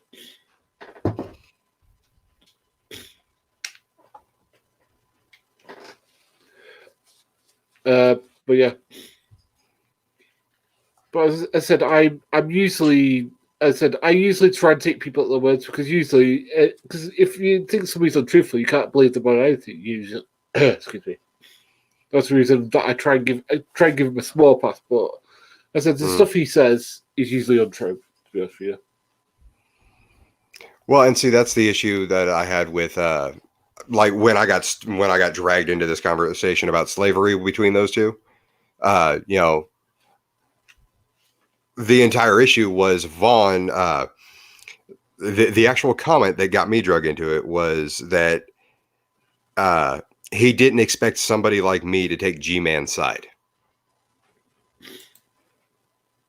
Like he was like he was saying, well, I thought the white boy was going to take my side because, and it's like, no, I'm sorry, but I hate to tell you this. I'm less white than you are, and you're literally spouting not, white supremacist propaganda to try and prove a point against a black man who has done or who has at least had a modicum of study when it comes to slavery. So I'm going to back G-Man when I feel he's right, and that doesn't say anything about me aside from the fact that I'm intellectually honest enough not to just turn around and go, well, G-Man's wrong. So no, I mean, I do actually listen to their arguments, and if they're right, I will make sure to say that they're right. Yeah, I understand that. As I said, the thing is that I think that the thing is that I'm very hesitant to throw terms like white supremacist around willy nilly. So I mean, again, Oh, and well, I'm sorry. Let me defend myself real quick on that one. The white supremacist comment that wasn't directed at Vaughn until he started taking shots at me and trying to call me a racist. Because when I told him he was spouting white supremacist propaganda, I was basically saying, look, your information is racist. Okay, you need to change the information. I wasn't actually telling him he was being racist. all right, that's fair enough. But then he turned around and he started calling me racist because I was defending G-Man and the actual historic fact. And suddenly it's like, okay, fine. You know what? The gloves are off. We're gonna do this. No, that's fine. So, as I said, I totally respect that. As I said, like when I defend something, usually I give my reasons for it. Like I'll just say it's stupid. But again, I understand what you mean though. Like I'm trying to think of somebody who we disagree about. But I think we more or less agree about Vaughn and his, shall we say, stupidity. Because he does spout a lot of conspiracy theory, which I just find a bit odd. And plus, he does say a lot of claims which, again, I can't believe to be true. Like I mean, seriously, I find his claim that he was any sort of like mob enforcer on the streets of wherever he said to be true. I'm sorry. Vaughn, if you tell the truth, I do apologize, but I no more believe that you were a mod hitman than I believe that I am. Sorry. Yeah, he's definitely made some wild claims. There's actually a word for that, but it's not like a major psychological disorder. Where, like I said, we're still speculating on with Vaughn as he's just a lonely old schizo in his trailer, and he's dying for attention. The thing is that like he was married to a lady who's much younger than he is. The thing is that I think the one thing that I do maybe take issue with is people calling me like suggesting that he's a pedophile, because I think that people shouldn't suggest that unless they have absolute proof. And I know that people maybe say, oh well, he's done this, that, and the other. But again, the thing is that like claims like that can really hurt somebody, because the thing is, because usually when you find it goes from online to offline very quickly, as it should do with something like that. Mm-hmm. Sorry, if I'm being too deep. No, that's fine. The Kelly letters are that issue right there when talking about him being a pedophile. I do have to differentiate on that one, where there is a difference between an actual pedophile and a hebephile, which is just the ones that are attracted to like teenagers. Yeah. I don't believe that Vaughn is a full blown pedophile. I believe that he likes them young, and unfortunately, that's still enough to get you in trouble here in the States. So. Why did I say unfortunately? I did not. Do not try and take me out of context on that one. Anybody in chat, it's still illegal. I'm going to say that. Sorry, I tend to. No. That's I get you. Like yeah. He has a what's the word? He has a attraction to girls who I think the term that we use in the UK is jailbait. Yeah, that's a good way to put it. Yeah. I believe like I said with the Kelly files, I believe she was they were pretending that she was, I believe, 14 or 15, something like that. I know, was she really?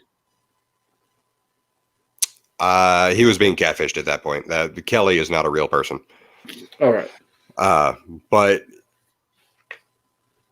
no. But yeah,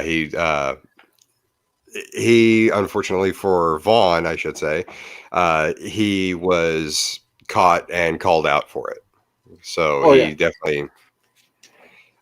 We know he has those proclivities, but like I think Yada oh was in yeah, here earlier. He's yeah, definitely. Because like, how old was his last girlfriend? The one, the brunette who's his last baby mama. She's got to be, if she was like, I think she was like when you got with her, I think she was like 16, 17, which in Kentucky, I think was barely above the age of consent. I think just barely. I think when he got yeah, with her. something like that. Yeah, it was. You're talking about Andrea or Mouse. Yeah, yeah. Yeah, that she was upper teens, but it was like 16, 17, something like that. Yeah, so like, he obviously has proclivities. Now, the thing is that how old is he? About what, in his 60s? 57. He was born in 63. Yes, so that would make him, yeah, yeah, 50, 69, if 50, 53. Because I'm 39 and I was born in 82, so, because I'm about to be 40 next year, so Oh, she's okay. 20. Correction. Yeah, she was 20. Okay. But it's still somebody who's a bit too young for him, you know what I mean? Because I mean, I'm 38, 39. I wouldn't go with a girl who's in her 20s, well, early 20s anyway. I mean, my cutoff is 26. At 39, you know what I mean? Because then Okay. I'm getting into crowd distraction stage after that, you know what I mean? My youngest has always been since I turned 18 has always been half plus 9. Yeah, and that's a So good that's that a I good mean method. starts at 18. When you're 18, it's 18. So Yeah. I Uh, don't mess around with younger. Actually, I prefer my women to be a few years older than me. yeah. I mean, the thing is that yeah. So I mean, is it? Sorry, it comes across to me as an abusive guy. Just the way he speaks and stuff like that. I can tell he's like, he shouts at the people he's with and stuff like that. And especially if they're a young person, Hmm. yeah, how are you going to deal with that shit? Oh yeah, they're gonna kowtow or shut down. Right. So I tell you what, because I started the conversation. Do you want a conversation with me about anything? Good. Mhm. I'll put the, I'll pitch the ball to you to use a Okay. baseball idea. Uh, hmm.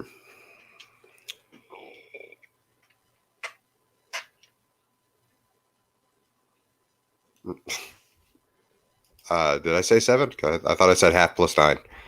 You did say 9:30. Yeah. Okay. Yeah, it's uh,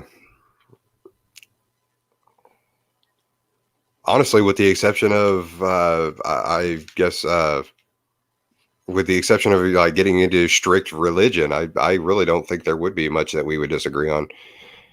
Uh, Um, well, politically, I mean, where politically do you stand? If we want to have a conversation about that. I am left of center. I support LGBT. I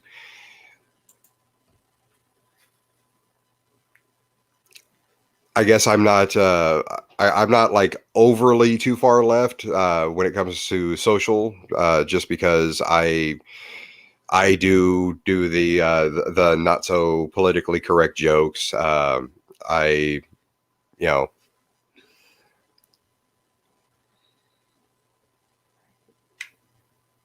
but at the same time, I'm not really a what am I trying to say here?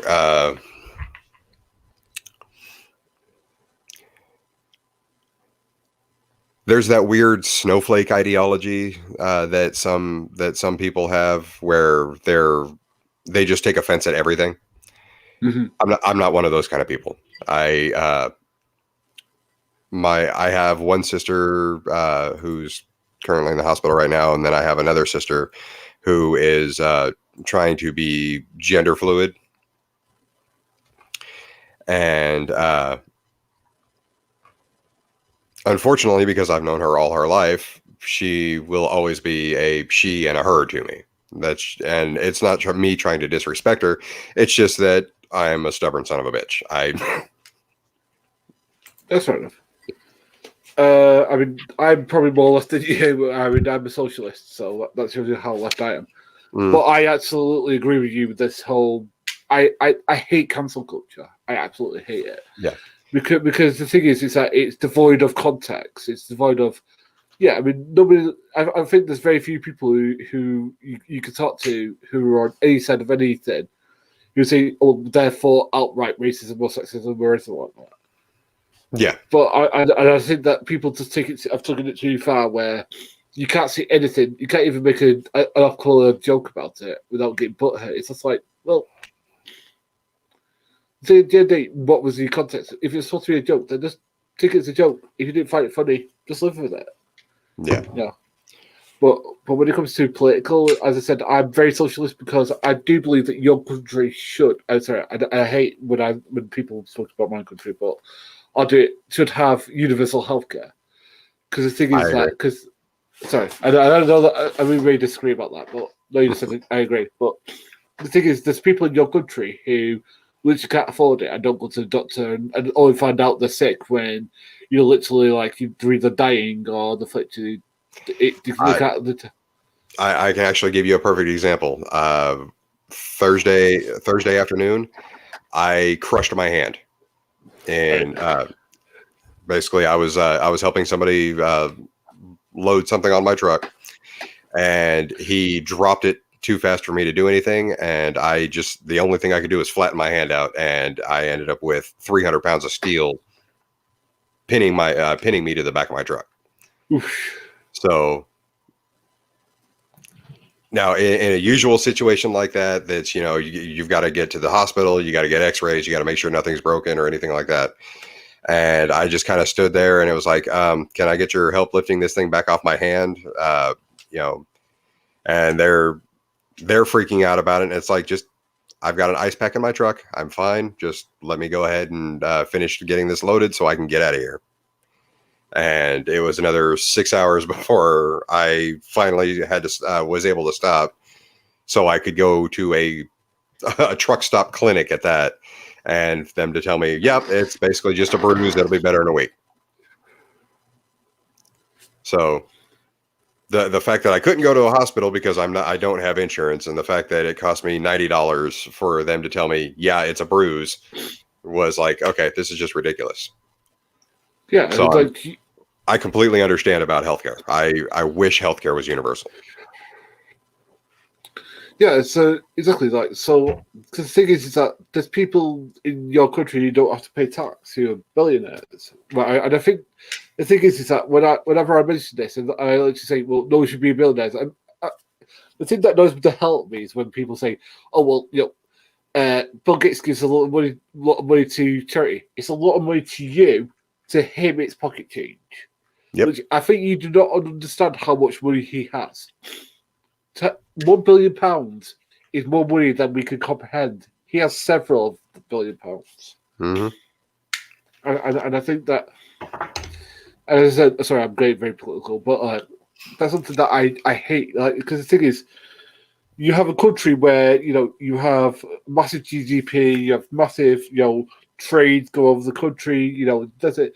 But yet, every time we talk about universal healthcare, it becomes a political football. It's like, no, you're there to help people who can't help themselves. There's people who, like yourself, who can't afford it because you used it to pay whatever bills you can.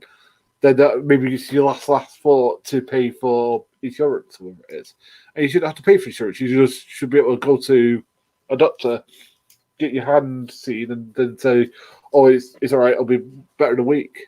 So, yeah, and so I mean that's the thing for me is I wish I had insurance. I mean, luckily my kids have insurance, but it's for me it's one of those things. Well, I'm a middle-aged man, and unfortunately, my insurance would cost me an arm and a leg, and right now it costs me a hand. So I would much rather screw myself over every few months than try and actually survive on insurance, because it's ridiculously expensive out here.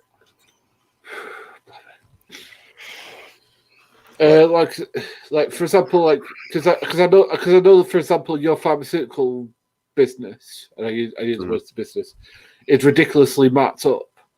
Like for us, it isn't, and that's the thing that I just think is just odd. Yep.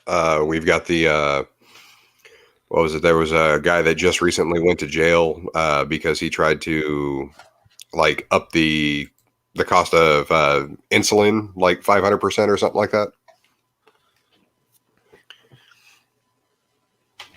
I mean, But yeah, I mean, he just did it because he thought he could. He was that much of a dick about it.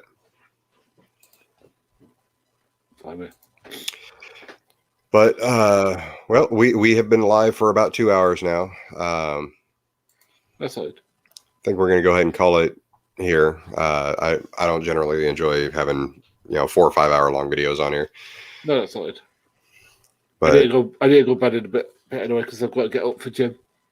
there you go.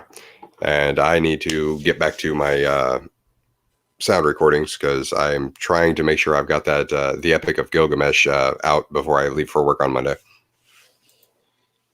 Well, whenever you post it up, let me know because I can download it on Audible or whatever it is that it's downloaded. Okay.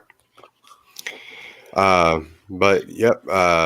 Thank you, Blue. Go ahead and hit like if you enjoyed these kind of conversations. I actually intended on having more of these conversations. When I started my channel, but then it fell into the G-Man and the Vaughn hole.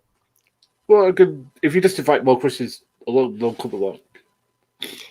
Yeah, it's not so much inviting them; it's the ones that actually want to go. The ones that actually want to show up. Because unfortunately, I've got people like Jesus is Lord and stuff like that after me, and it's like, no, I don't want to talk to you because you're an idiot.